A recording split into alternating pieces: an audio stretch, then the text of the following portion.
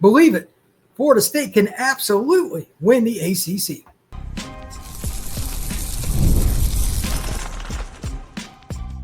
You are Locked On Seminoles, your daily podcast on the Florida State Seminoles.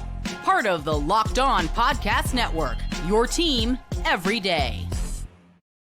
Welcome back to Locked On Seminoles. I am your host, Brian Smith, longtime college football recruiting analyst and writer. Thank you for making Locked On Seminoles your first listen each and every day here on the Locked On Podcast Network. Today's show is brought to you by our friends over at Mazda. More dedication, more attention to detail. There's more to a Mazda vehicle. Stay tuned later in the episode for highlights in this week's Moving the Game Forward. Mazda, move and be moved. And to that point, before I get to all the details, I am going to die on the hill on the following statement. Based on the way Florida State played against Alabama, physical, fast, determined, together, all the things that you need to be a quality football team, yes, Florida State is absolutely an ACC title contender. And I didn't see that coming. For those of you that follow this show, you know that I am blunt. I didn't see that coming at all, but I tell it like it is. They earned that right. They whipped Bama, and they left a lot of meat on the bone. As Norvell said, he was pissed. That's his own quote about not having the opportunity to blow out Bama. They left some plays on the field that could have allowed them to get into the 40s and points and really blow that thing open. So, yes, Florida State has a chance to win the ACC this year. Clemson's not as good as I thought. Miami's pretty good, but we really don't know how good. Miami should have beat Notre Dame bad. They didn't. They kind of Mario let that one off the hook. That's Mario. But they also have an opportunity against some other teams that get warmed up to get to that Miami game. 2 easy games. They got Virginia. Florida State has a chance to go into that Miami game undefeated, to create a great atmosphere in Doak Campbell Stadium, electric, as it was against Bama. Imagine undefeated Florida State hosting potentially undefeated Miami. They got to play the University of Florida first. We'll see, but that would be pretty cool. So I'm going to break down 10 different questions, give my own takes. I want your takes as well. And then at the end, we're going to talk about the combination that is so deadly in college football. Having the right power at the right positions and also having the speed at the right positions. That combination. Jaylin Lucas, the offensive line, the physicality of the defense to conclude the show. So let's start off with something here that is really, really fun. Florida State knew they had some pretty good freshmen. I'm going to go outside the box here with the first one. One of the 10 reasons I think they can win the ACC, Norvell brought this up, so thanks to him, because I was watching his press conference, talking about playing all these young freshmen. Darryl Mandrell, Desir, or just the tip of the iceberg. Chroma, obviously. Jamin Boggs, obviously. They're playing young guys. They're playing sophomores and juniors. They're not just throwing the seniors and fifth-year seniors out there like a lot of coaches do, giving them the benefit of the doubt. They're playing guys that earn it. And when you do that, practice goes up a notch. Competition goes up a notch. And then performance on game day also goes up a notch. There's competition across the Florida State roster, and that's how Bowden built it. He played freshmen and sophomores all the time. He didn't care. Work done. Travis Minor, different guys that they had. Shout out to Baton Rouge Catholic. Both those guys played there, by the way. There's all kinds of players that came to Florida State and played early throughout their history. Peter Boulware, Bernard Wilson, like freshmen and sophomores, all over the place. They found a way to do it. You don't see it as much in college football now, especially in the trenches. You'll just see like running back is one you'll see, maybe a corner or something in specialty situations, or you'll see a receiver like a specialty receiver. But Florida State's doing it in the trenches. They got defensive linemen. They would have had a third defensive line, but he's banged up. Florida State's freshmen are going to help not only in their production, but push the rest of the team. I want to hear what your thoughts are. Do you think Florida State should play more freshmen? Do you like this approach? What do you think? Number 2, and this is the easiest one on this list, Tommy Castellanos is really freaking good. 9 out of 14, and the most important throws are the ones that he didn't make. He had 21 dropbacks, but only 14 passes. He threw a few away, and he scrambled on some others. He didn't turn it over. He didn't have a quote-unquote turnover-worthy play. against Alabama. That means putting the ball in harm's way or carrying the ball loosely in traffic, basic things like that. He was good. Those were the question marks that I had and many other people had as well. Tommy earned it, and considering quarterback is without a doubt, the number one position on the field, yeah, Florida State has a leader, a senior that's been through a lot. Since his time at Ware County, he's been there. He's been at UCF, been at Boston College for 2 years, and now at FSU. I think it's pretty safe to say that Tommy Castellanos knows what it's like to go through the wars. I want to ride with that guy because he's done all the things that he said, including, yes, those comments about Bama. He didn't think they could stop him. Tommy Castellanos was right. Time to give him props for that. Final point on Tommy. I love how he gave the ball to the running backs, didn't force it on himself to run, didn't put it on himself to pass. He just delivered a good game plan through RPO. Let me explain that. RPO means it's a run or a pass on any play. Let's never forget that. As basic as that sounds, a lot of guys, especially in a big game like Bama, I'm going to throw a little more today. He didn't do it. He pulled the ball when he needed to throw, and that's fair, but he was the director, the composer that led Florida State's offense. That is a massive win, not only against Bama, but that sets the tone for the rest of the season. Next, and this is another easy one. In case you didn't notice, Florida State's offensive line was pretty good against Bama. They weren't unreal, but they were upper echelon. It is incredible to have 4 new transfers join a transfer from the year before, plus one guy, Rizzi, that did well as a unit. Rizzi's the only guy they recruited out of high school ranks that played, to my knowledge, any extensive time. I had to go back and look. But it's amazing. And they still played very well. Run game, pass game, screen game. The whole gamut. Think about that for a second. I'm going to die on the hill that Florida State can compete for the ACC title. I really am shocked that I'm using this as a point. But it's just true. I didn't see this coming one iota. Even by people that get paid to coach offensive line, that have played offensive line at Florida State in particular, by the way, nobody I spoke to thought Florida State would handle Alabama's front. Again, guys who get paid to coach, one in particular who played for the Noles, not one person, but they did it. And that's the only thing that matters. And of course, that's why you play the games. So give Florida State's offensive line a heck of a lot of credit, man. That was really cool to see. And it was also a circumstance where now they can build on it. They've gotten a little bit of continuity playing together. Why couldn't that offensive line, quote unquote, take an even further step over the next couple of weeks before they go to Virginia? By the way, that's a Friday night game. It's a little awkward. Why not? We're going to talk more about that coming next here on Locked On Seminoles. I got 7 more reasons why Florida State can win the ACC. Are you still paying full price for a tank of gas? Stop leaving money behind. Get real cash back every time you fill up with the free Upside app. Simply download the free Upside app in the App Store or Google Play right now and start earning cash at the pump today. Use my limited time promo code FOOTBALL and get an extra 25 cents back per gallon on your first fill up. You could make up to $300 a year just from buying the gas you already needed anyway. So at first, you may have thought, probably too good to be true, but it is legitimate. Real people are getting paid just to make their daily commutes, and you can too. Plus, you can cash out anytime through your bank, PayPal, e-gift card, Amazon, or other ways you cash out. Don't let this offer drive by. Download the free Upside app now using limited time code FOOTBALL for a limited time 25-cent per gallon bonus. That's promo code FOOTBALL. Offers vary by user and location. Go to upside.com for terms and conditions. This show is also brought to you by Mazda. This is Mazda's Moving the Game Forward, brought to you by those who believe it's not just about playing the game, it's about redefining it. Because these moments do more than win, they push what's possible. They remind us to go that extra yard, shift into that extra gear, and keep moving the game forward. How about the opportunity? We just talked about Tommy Castellanos. the opportunity to throw the deep ball. That's something a lot of people were curious about.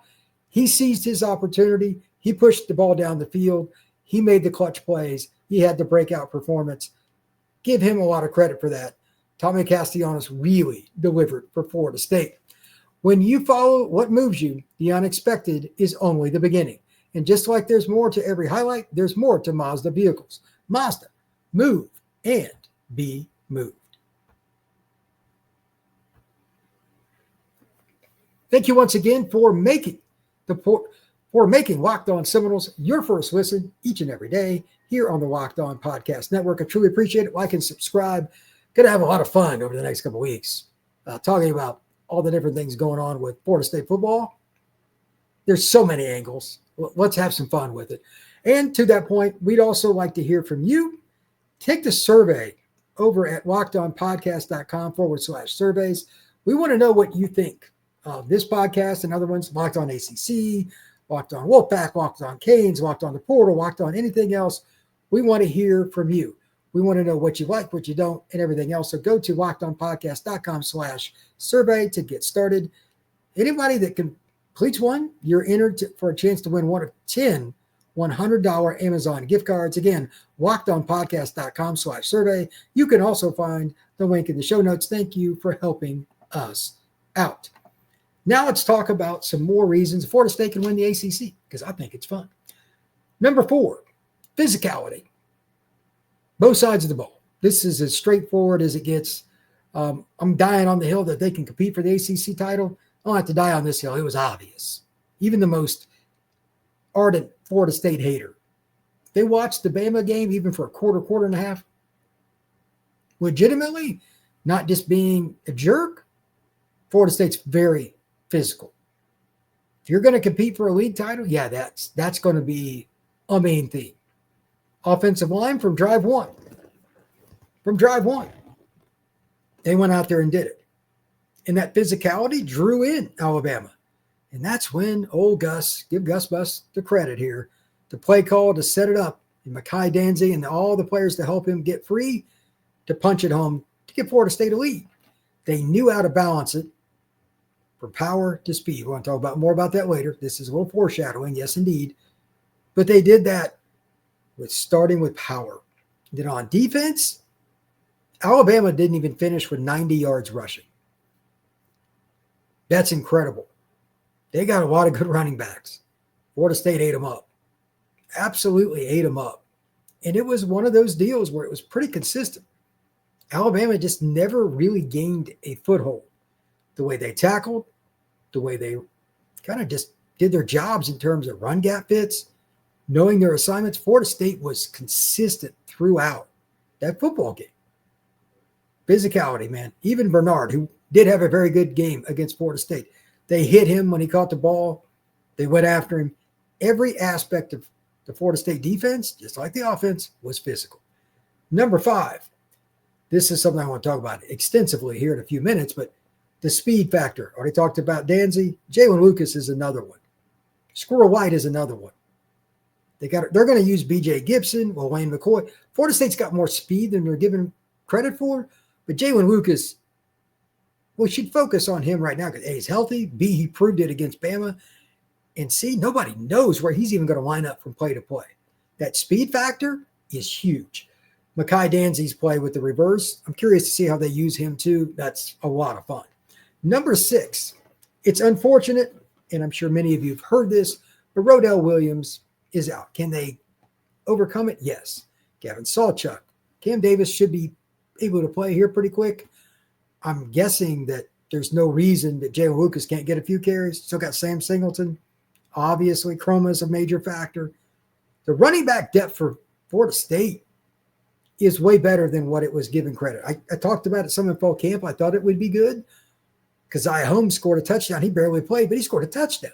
Florida State is loaded at running back with good quality players that serve a bevy of different types of running styles. Obviously, Lucas is smaller. Keziah is a bigger back. You have guys like Rodell's a bigger back. Cam Davis is. Chroma is a little bit of everything because he's such a good receiver out of the backfield, as is Cam. They have a lot of different guys.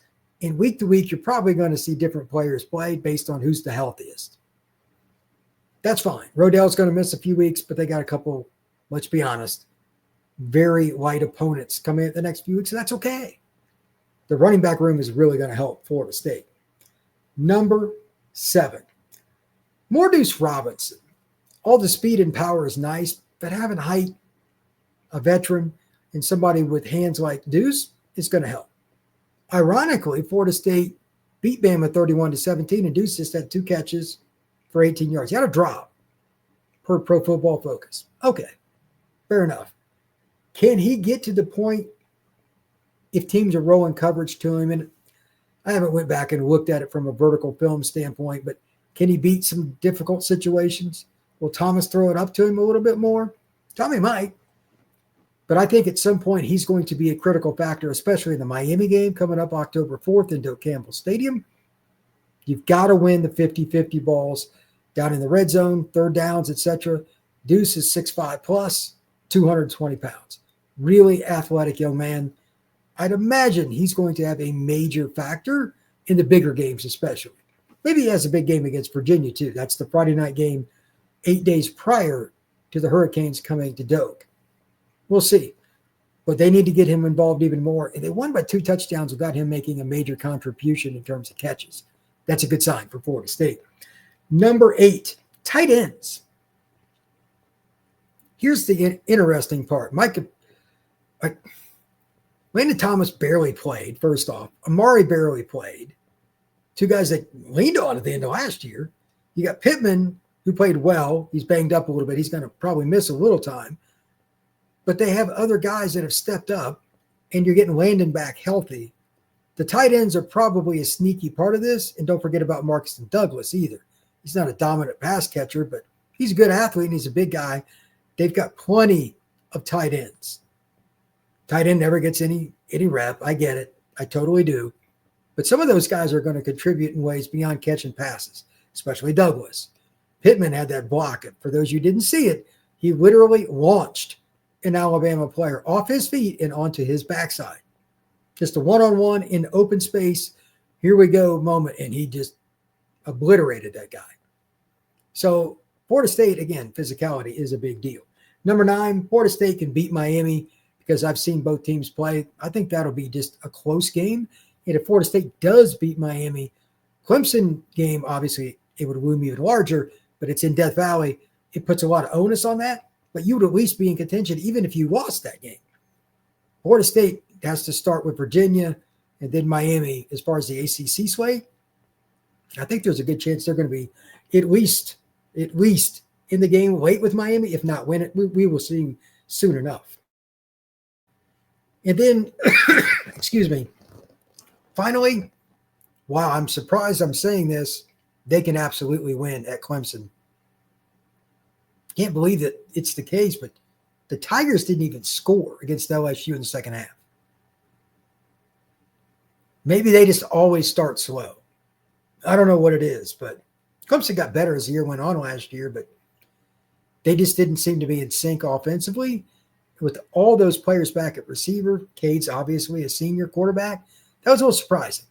A lot of veterans up front. There's just something off about Clemson. I don't know what it is. Would it shock me if Florida State won that game? No. Am I going to pick it right now? I'm also going to say no. But it wouldn't shock me. Every game on the ACC slate is winnable for the Florida State Seminoles.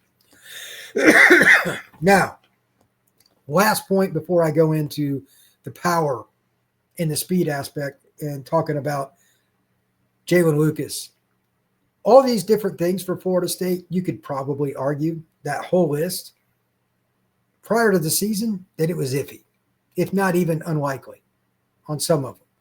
Isn't it amazing how college football can just change so quickly? It's why it's the greatest sport on earth.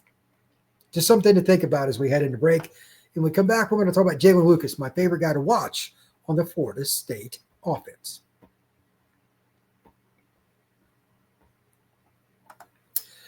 It's almost the weekend. Time to look back and crown this week's MVP, who delivered, powered by DoorDash.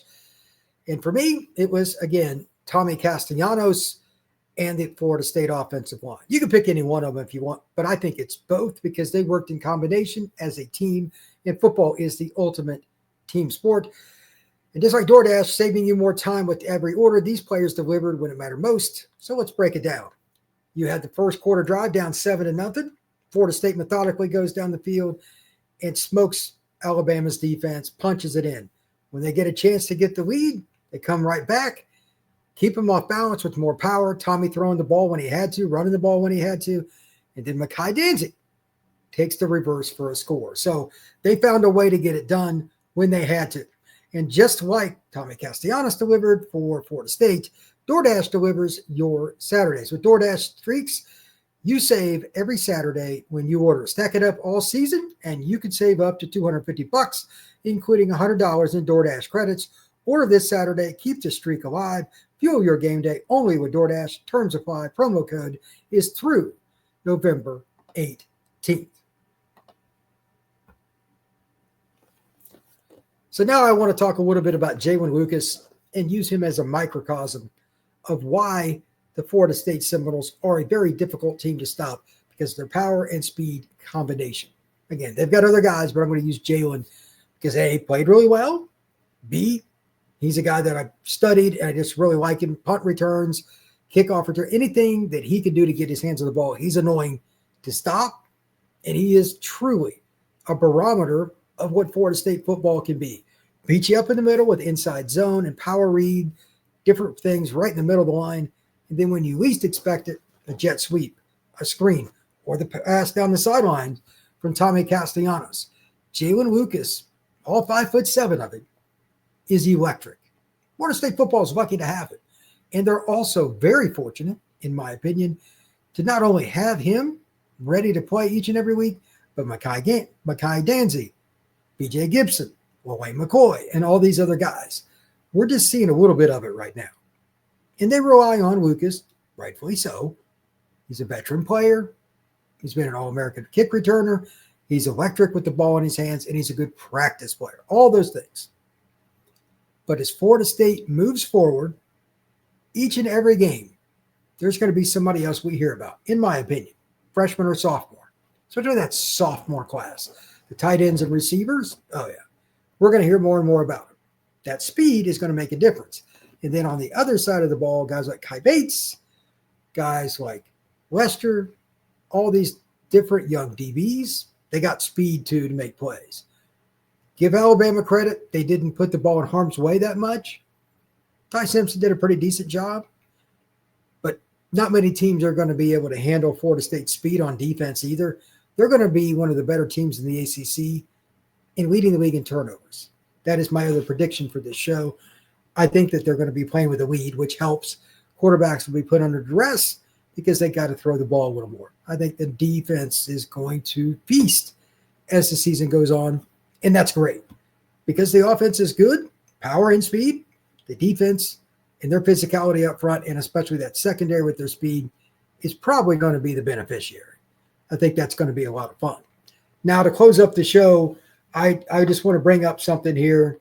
Mike Norvell talked about it a little bit, and I think it's great that he did this. Ethan Pritchard, he went to go see. And although he could only see him for a few minutes, talk to the dad, that's a great sign that your head coach, with all the stuff that's going on, that's obviously positive for Florida State football, you still got to keep the main thing the main thing.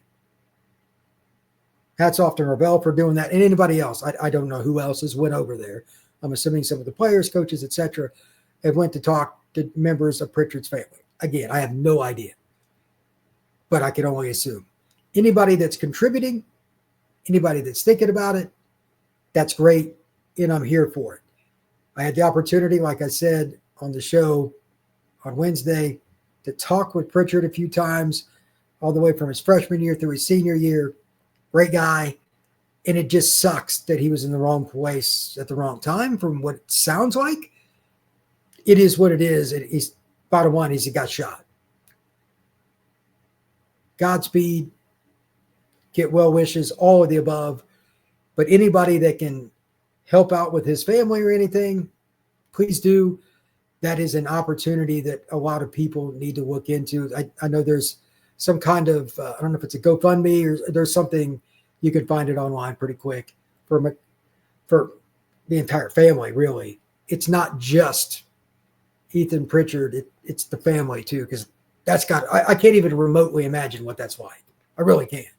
So if you have any way to help out, even if it's a phone call to somebody that you know on the staff, whatever, please do.